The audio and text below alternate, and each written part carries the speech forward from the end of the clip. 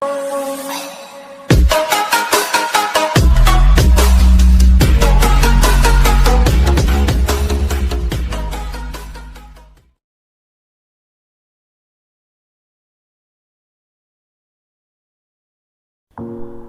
আমি কথা পাতিম ফৰ্টনাইট গেমছৰ বিষয়ে। ফৰ্টনাইট গেমছটো নিৰ্মাণ কৰা কোম্পানীটোৰ নাম এপিক গেমছ।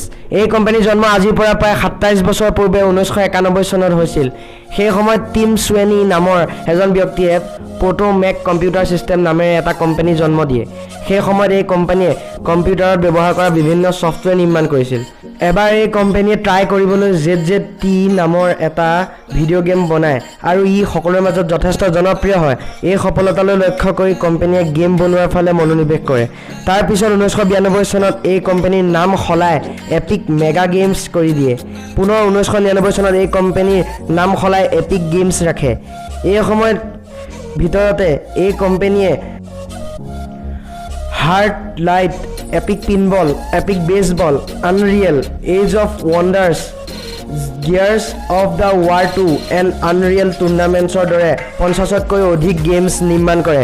ফৰ্টনাইট গেমৰ ওপৰত কোম্পানীয়ে 2011 চনৰ পৰা কাম আৰম্ভ কৰিছিল। তাৰ পিছত বহুত সাল সলনি কৰি এই গেম নিৰ্মাণ কৰা হয়। ইয়াৰ নিৰ্মাণত এপিক কোম্পানীয়ে চাইনাৰ পাব্লিছিং কোম্পানী টেচেনৰ সহায় লয়।